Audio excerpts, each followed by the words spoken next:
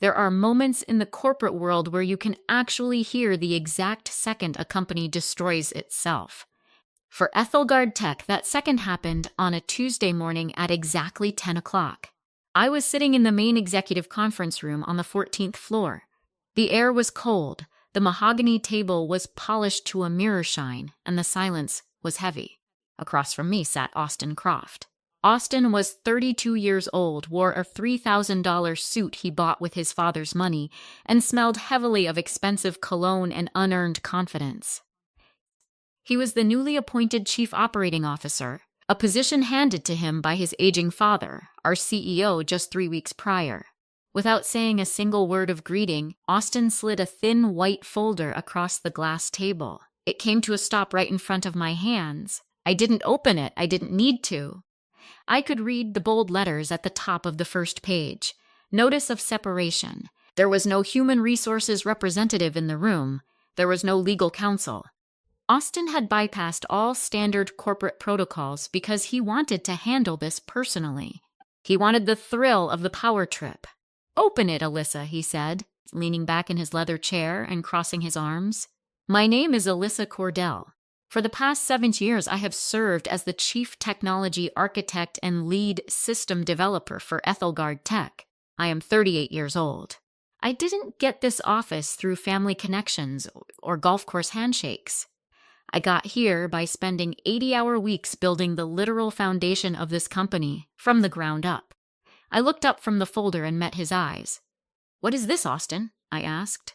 My voice was completely flat, calm, and controlled. "I have learned that in rooms like this, emotion is a weakness."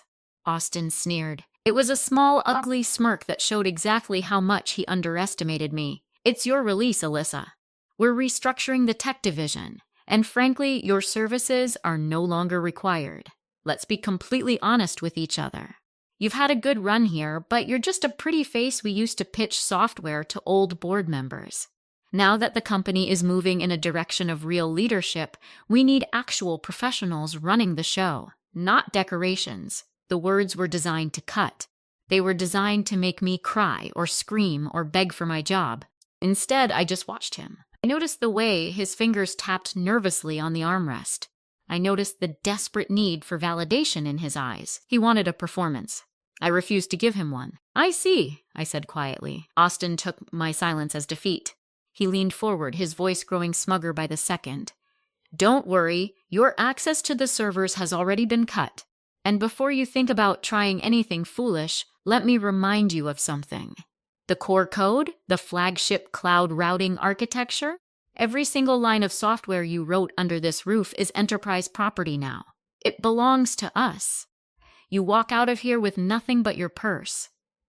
I looked down at the paper, picked up my favorite silver pens, and signed my name at the bottom of the page. I didn't hesitate. I didn't argue. I simply slid the signed termination notice back across the polished table. I stood up, went to my desk, packed single small cardboard box of personal belongings, and walked out of the glass tower. As the elevator descended to the parking garage, a cold smile spread across my face. Austin thought he had just cleared out overpaid dead weight. He thought he had successfully stolen the crown jewels of the company. What his staggering arrogance and sexism had blinded him to was a single, fatal detail. The entire cloud platform didn't run on standard software. It ran on a highly proprietary data throttling patent valued at $85 million in our upcoming corporate buyout. A patent that was never signed over to Ethelgard Tech. It belonged completely to me, held under a temporary lease agreement that had a very specific clause. If I am ever fired without cause, the license dies instantly. Austin hadn't just fired an employee. He had just pulled the plug on his father's entire empire. I walked out into the bright morning sunlight of the parking lot, placed my cardboard box into the passenger seat of my car, and sat behind the wheel. I didn't start the engine right away. Instead, I just looked up at the 14th floor of the glass tower, watching the sunlight reflect off the windows. My phone suddenly buzzed in my hand. It was an email notification. The subject line read, "Urgent Separation Agreement and Severance Package." It was sent by the Director of Human Resources, but the metadata showed it had been drafted from Austin's office less than 10 minutes ago. I opened the attached document on my phone. The company was offering me a standard severance package, 3 months of salary, and extended healthcare benefits. It looked incredibly generous on the surface. But I have spent nearly 2 decades navigating the treacherous waters of corporate tech contracts. I didn't just read the bold bullet points. I scrolled straight down to the fine print at the very back of the document. There, hidden on page 7 under a section innocently titled Miscellaneous NDA Updates, was a trap. It was a retroactive intellectual property waiver clause written in dense, heavy legal language. If I signed that paper to get my 3 months of salary, I would be legally transferring all past, present, and future rights to any software, architecture, or patents created during my tenure directly to Ethelgard Tech. I let out a soft laugh in the quiet of my car. The corporate panic had already begun. Austin had let his ego make the decision to fire me. But the moment I walked out the door, the company's internal legal audit team must have looked at the acquisition files and realized a terrifying truth. They didn't actually own the foundational code for their flagship product. They were trying to clean up Austin's mess before anyone noticed, hoping I was stupid enough or desperate enough to sign away an $85 million asset for a few weeks of pay. I opened my personal laptop, connected it to my secure hotspot, and pulled up a private, encrypted digital vault. Inside was a document from 2018. It was the original system licensing contract I had signed with Arthur Croft, the old CEO and Austin's father. Back in 2018, the company was on the verge of total operational collapse. Their servers were failing under heavy traffic, and they were losing major clients by the day. They had begged me to implement my proprietary data throttling algorithm to save them. Because they couldn't afford to buy the technology outright back then, I agreed to lease it to them. But I had my lawyer write a very specific ironclad protection clause into that contract. The clause stated that the patent license was strictly contingent upon my active employment. If Alyssa Cordell was ever separated from the company without a documented, board-approved cause, the lease would automatically terminate. The company would have exactly 60 minutes of custody before all rights instantly reverted to my exclusive personal control. I looked at the digital clock on my car dashboard. It was exactly 10:15 a.m. Austin had handed me my termination notice at 10 a.m. That meant the countdown was already running. The company had exactly 45 minutes left before they were running an $85 million platform on stolen technology. I ignored the frantic email from HR, left the fraudulent severance package completely unsigned, and dialed the number for my personal intellectual property attorney. The trap was set, and Austin had walked right into it. 30 minutes later, I walked into a quiet, high-rise office building downtown. I wasn't panicked. I didn't feel broken. I felt incredibly focused.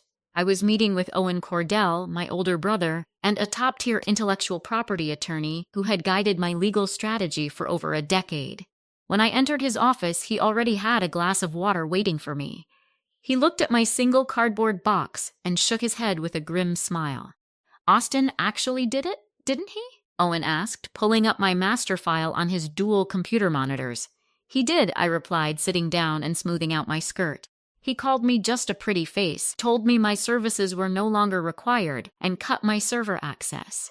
He also claimed the core code belongs entirely to the enterprise.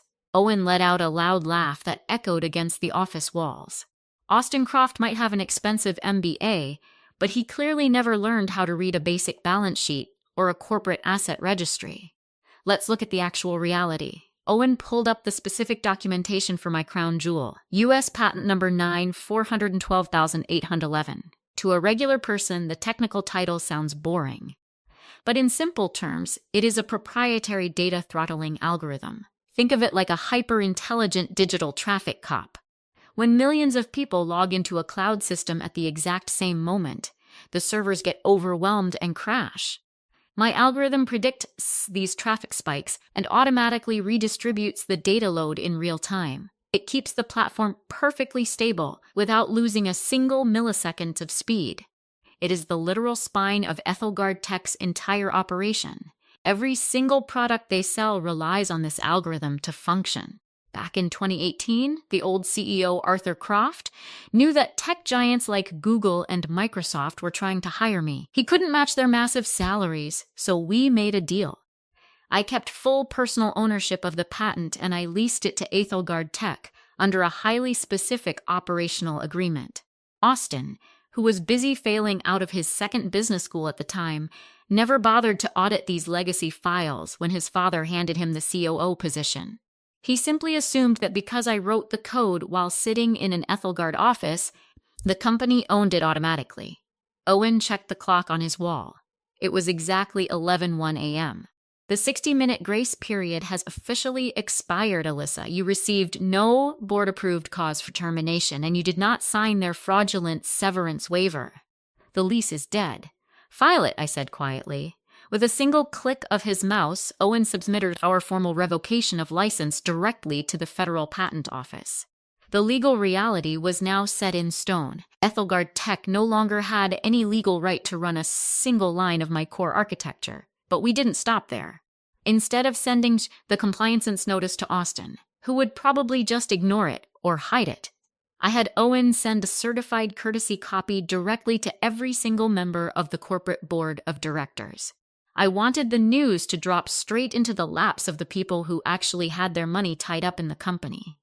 Austin had wanted a clean, quiet exit for the woman he underestimated. Instead, I had just lit a fuse under the entire corporate boardroom. For the next 48 hours, I executed a strategy of absolute, calculated silence. In the modern corporate world, people think that shouting the loudest means you are winning. They are wrong. Silence is the most terrifying weapon you can use against an arrogant enemy because it leaves them completely blind to what is coming. While I stayed quietly inside my home office, Austin was living in a fantasy world of his own making. Through my industry contacts, I learned that he was preparing a massive nationwide press release. Ethelgard Tech was on the absolute verge of being acquired by the Vanguard Group, one of the largest private equity firms in the country.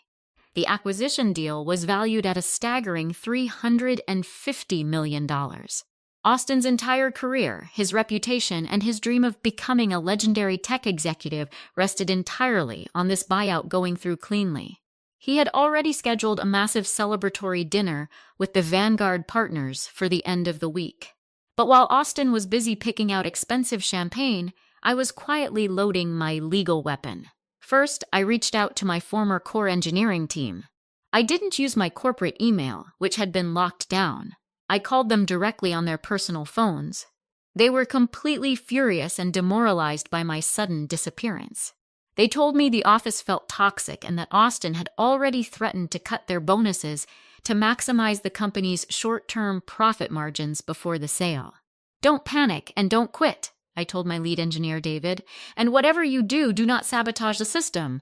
Just do your jobs exactly by the book. But I need you to do one thing for me. Every single time the system throws a validation error or a data latency log, document it standardly in the official system registry. Do not patch it manually. Just log it. David understood exactly what I was implying. Without my encryption keys running in the background, the system would naturally begin to destabilize. Next, I took the most devastating step. Owen and I drafted an official, certified legal notice of copyright infringement and intellectual property deficiency. We didn't send it to Ethelgard. We bypassed them entirely and sent it directly to the lead acquisition lawyers representing the Vanguard Group. The letter was simple, clear, and written in plain English so that any financial auditor could understand it instantly. It laid out the undeniable proof that Ethelgard Tech was currently attempting to sell a software platform that they did not legally own. We attached the original 2018 lease agreement, the federal patent registration under my name, and the official timestamp of my groundless termination. By Wednesday afternoon, my phone began to buzz continuously. The caller ID showed the corporate headquarters of Ethelgard Tech. First came a call from the director of HR. Then 3 calls from Austin's personal assistant. Then finally, Austin's name popped up on my screen 4 times in a row. They had finally realized that I hadn't signed the severance agreement, and their internal legal team was likely starting to sweat. I didn't answer a single call. I let every single one go straight to voicemail. I sat on my balcony, sipping a warm cup of tea, watching the sun set over the city. When an arrogant man thinks he has completely destroyed you, he expects you to beg, cry, or fight back immediately. When you give him total silence instead, he starts to question his own shadow. Austin thought he had put me in my place. In reality, he was standing in the middle of a massive financial minefield, and he was about to take his very first step. On Thursday morning, Austin decided to celebrate his victory before the ink on the contract was even dry. He called a mandatory, company-wide all-hands meeting. Because I was no longer an employee, I couldn't attend in person, but one of my former colleagues sent me a private link to the internal live stream. I sat at my kitchen table, drinking black coffee, and watched the broadcast on my laptop. Austin stood at the mahogany podium in the main auditorium. He looked incredibly smug, wearing a perfectly tailored navy suit. Behind him, a massive digital screen displayed the logos of Ethelgard Tech and the Vanguard Group side by side, underneath the words, "A new era of growth. We are on the verge of completing a historic $350 million acquisition," Austin announced into the microphone, his voice echoing through the speakers. He smiled broadly, soaking in the polite applause from the crowd. "This deal is proof that our new management style is working. For too long, this company was held back by legacy employees who resisted modernization, people who thought they were irreplaceable just because they wrote some early code. But true leadership means clearing out the dead weight to maximize our short-term profit margins. We have streamlined our tech division, and the future has never been brighter." I leaned back in my chair, taking a slow sip of coffee. He was talking about me, publicly mocking me in front of the entire company to make himself look like a corporate genius. He wanted everyone to believe that my departure was a tactical business decision, rather than a reckless, ego-driven mistake. But his moment of absolute glory lasted exactly 4 minutes. Right in the middle of his speech, Austin's personal smartphone, which was sitting on the podium right next to the microphone, began to buzz violently. The vibration hummed right through the audio system. Austin frowned, looked down at the screen, and visibly paled. I could see the color drain from his face even through the pixelated live stream. It was a call from the lead compliance officer at Vanguard Group. Austin nervously cleared his throat, picked up the phone, and stepped away from the podium. He whispered into the receiver for less than 30 seconds before his posture completely collapsed. Vanguard had just reviewed the official legal notice of intellectual property deficiency that my attorney had sent them. They didn't care about Austin's corporate speeches. They cared about their $350 million. They immediately triggered an emergency compliance audit and placed a hard, absolute freeze on the entire buyout deal until Ethelgard could prove they actually owned the software they were trying to sell. The live stream suddenly went black as someone in the tech booth panicked and cut the feed. 2 hours later, an email arrived in my personal inbox. It didn't contain an apology. Instead, it was a fierce, hostile cease-and-desist letter from Ethelgard's corporate legal team, sent on Austin's direct orders. The letter accused me of malicious corporate interference and extortion. It threatened to sue me into absolute bankruptcy if I did not immediately sign over my patent rights and drop my claims. Austin still truly believed he was the master of the board. He thought a scary legal letter would make a woman like me crumble.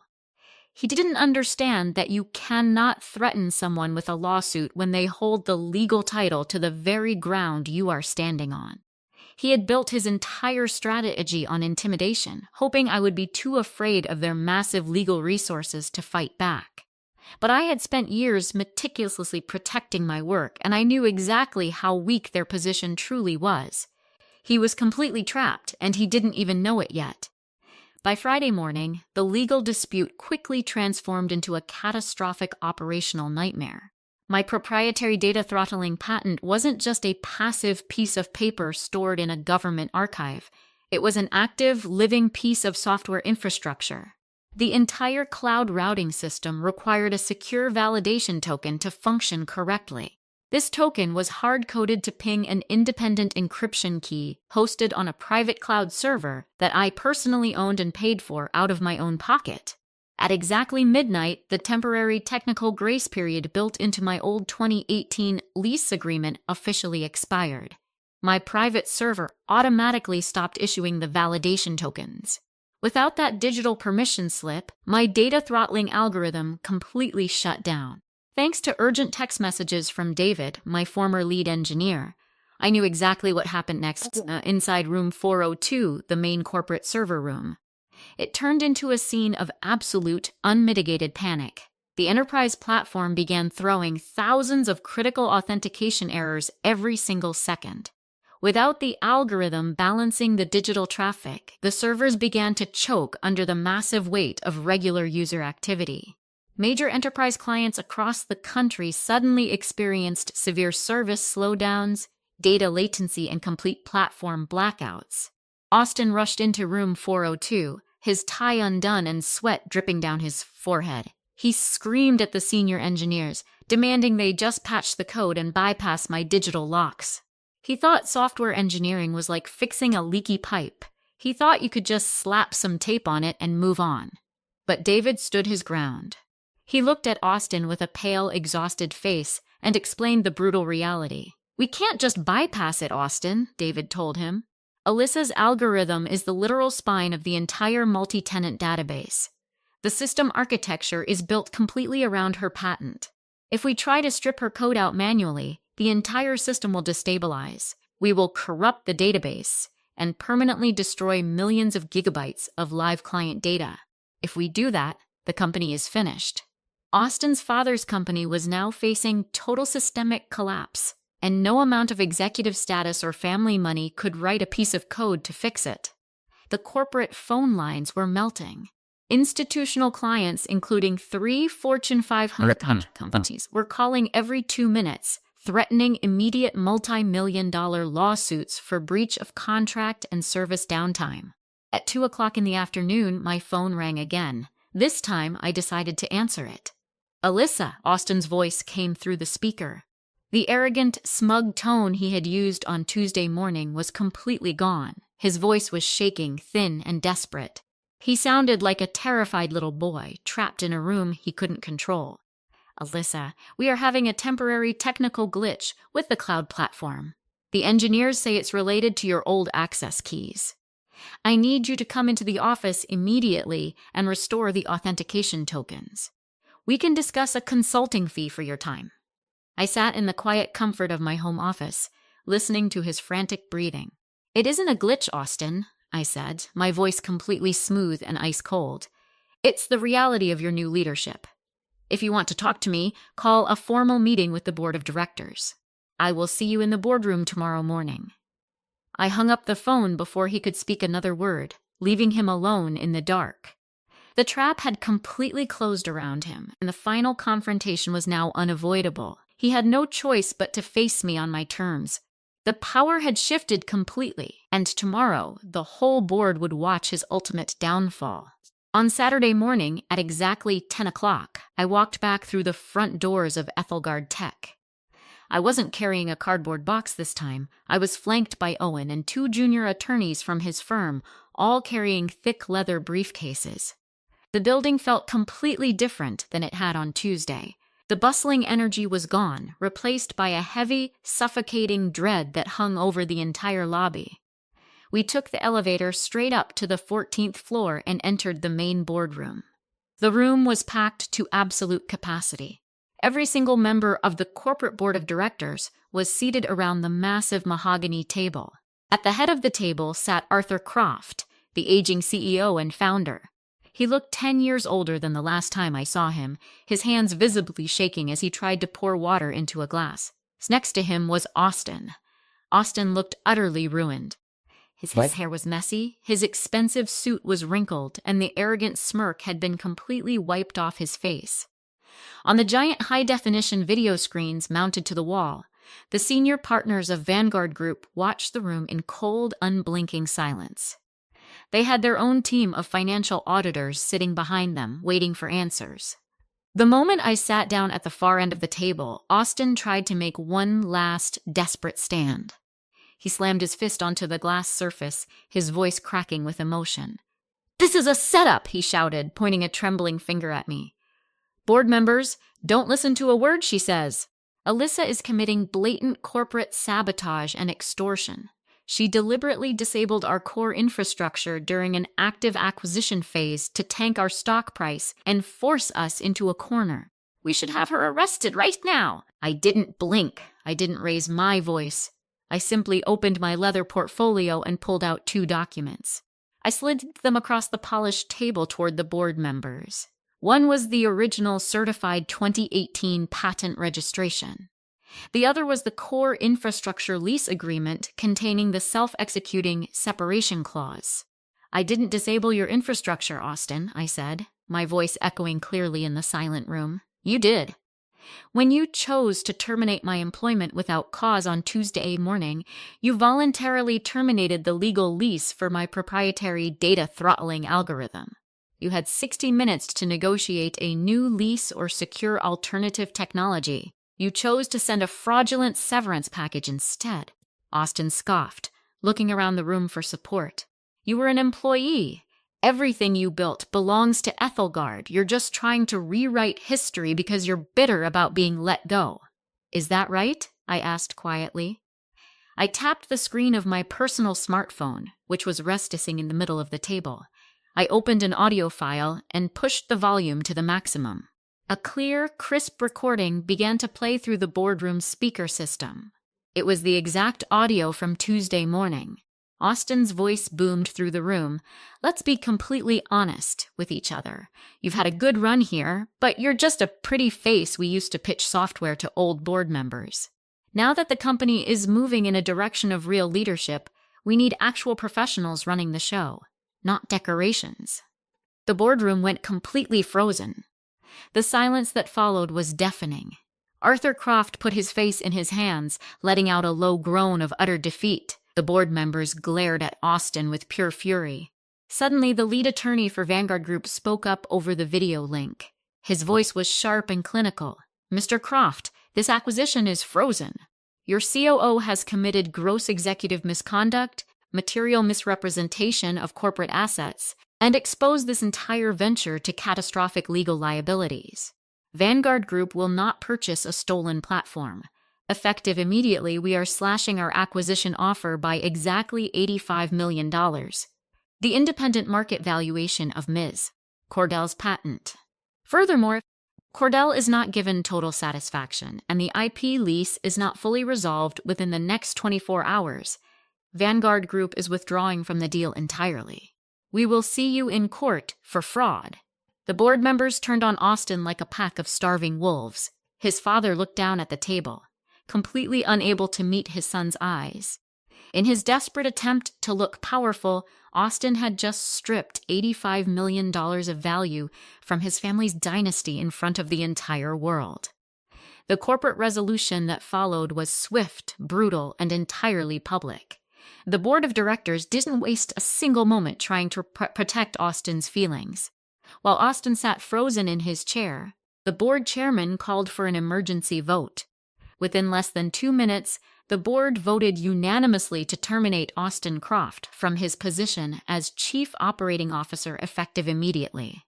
Because he was fired for gross executive misconduct and breach of fiduciary duty, his corporate contract was voided, stripping him of every single penny of his stock options, bonuses, and severance benefits.